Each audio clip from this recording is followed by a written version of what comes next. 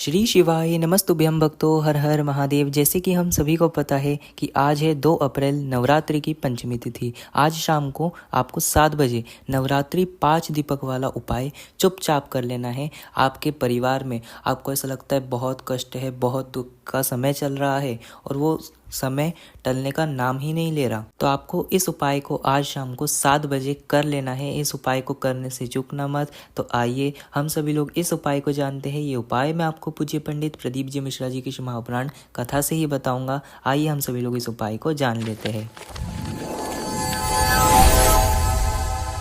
तो इस वीडियो में मैं आपको टोटल 2 उपाय बताऊंगा। दोनों उपाय में से कोई भी एक आज के दिन आप उपाय अवश्य करना। पहला उपाय, अगर आपके परिवार में बहुत दुख चल रहा है, बहुत तकलीफ चल रही है, कष्ट की ज़िंदगी निकल रही है, बहुत दुख आते ही रह रहे हैं, तो आपको इस उपाय को करना है। कैसे करोगे? चैत्र नवरात्रि चल रही है। क्या करना है? आपको लेना है 5 दीपक। आप चाहो तो ये मैंने आपको स्क्रीन पर मिट्टी का दीपक लगाया है, तो बहुत से लोग समझेंगे कि मिट्टी का दीपक ही चाहिए। नहीं, आपके पास अगर मिट्टी का नहीं हो, 5 दीपक मिट्टी के नहीं है, तो आप आटे के दीपक 5 बना सकते हो। ठीक है। अब उसके अंदर हम भरेंगे घी भरकर उसमें गोल बत्ती या लंबी बत्ती हम दोनों रख सकते हैं, है ना। इसका हमें कोई दोष नहीं लगेगा, दोनों में से कोई भी एक बत्ती रख लेंगे। सभी दिए 5 दिए तैयार कर लेंगे हम। पाँचों दियों को तैयार करने के बाद हमें ये 5 दीपक को ना अलग अलग स्थान पर लगाना है। पर वो कौन सी स्थान है वो ज़रा ध्यान से सुनिए। पहला स्थान जो है वो है शंकर भगवान के मंदिर की चौखट पर। कहाँ लगाओगे? शंकर भगवान के मंदिर की चौखट पर आप पहला दीपक लगाओगे।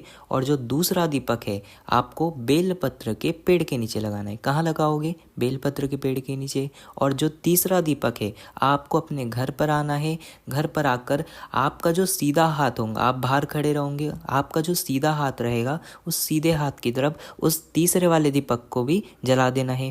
और जो चौथा दीपक है वो तुलसी माता के क्यारे के पास आपको जलाना है। ठीक है। तुलसी माता का क्यारा जो है, तुलसी माता का जो पौधा है वो हर घर में होता है, तो आप अपने ही घर पर तुलसी माता के पौधे के पास में वो दीपक को लगा दीजिए। और जो 5वां दीपक है अपने घर के मंदिर में आपको ये दीपक को 5वां दीपक जो है ना अपने घर के मंदिर में लगाना है, भगवान जी का स्मरण कर कर। ये जो 5 दीपक मैंने आपको अलग अलग स्थान पर लगाने का जो कहा है ना, अगर ये नवरात्रि की पंचमी पर यानी कि चैत्र नवरात्रि की पंचमी पर अगर आप 5 स्थान पर अपनी मनोकामना बोलते हुए साथ में श्री शिवाय नमस्तुभ्यं कहते हुए अगर आप ये दीपक को प्रज्वलित करते हो, तो आपका जो दुख का समय है, कष्ट का समय है, थोड़ा थोड़ा देखना कटना प्रारंभ हो जाएगा। तो ये था गुरुजी का पहला उपाय जो कि आज की इस वीडियो में हम सभी लोगों ने जाना। अब जान लेंगे हम सभी लोग गुरुजी का दूसरा उपाय। दूसरा उपाय जो होने वाला है ये बहुत सिंपल और मनोकामना की पूर्ति के लिए, साथ में धन वृद्धि के लिए है। ठीक है। आप आज इस उपाय को पंचमी पर कर सकते हो। कैसे करना है मैं आपको बताता हूँ। क्या करोगे? आपको लेना होगा गन्ने का रस। ठीक है। क्या लोगे? गन्ने का रस। गन्ने का रस, ये मौसम जो चल रहा है ना, अभी कौन सा मौसम चल रहा है? गर्मियों का। आप हर गली मोहल्ले में देखना आपको गन्ने का रस आराम से मिल जाएगा। नहीं हो बाजार से जाकर ला सकते हो आप, ऐसा कोई उसमें इशू नहीं है। गन्ने का रस आपको लेकर आ जाना है और उस गन्ने के रस में इतना ध्यान रखना है कि ना ही उसमें नमक मिला हो, ना ही उसमें नींबू। और गन्ने वाले क्या क्या डालते हैं वो तो हमें पता नहीं, पर आपको उनसे कहना है कि सिर्फ हमें सादा सिंपल वो गन्ने का रस दीजिए।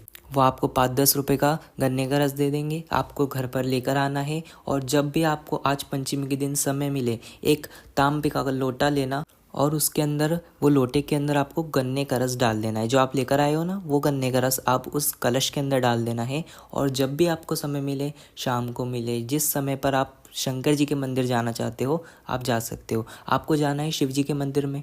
पहुंच गए, पहुंचने के बाद शंकर जी की शिवलिंग के सामने आपको कैसे बैठना है? तो आपका जो फेस होना चाहिए वो उत्तर दिशा और जो पीठ होनी चाहिए वो दक्षिण दिशा। आप इस प्रकार से शिव जी के सामने जाकर बैठिए, शंकर जी से प्रार्थना करिए। अगर प्रदोष काल में इस उपाय को कर रहे हो तो बहुत ही अच्छा है ना। तो वो कलश का जो गन्ने का रस है वो हमें लेकर जाना है मंदिर में।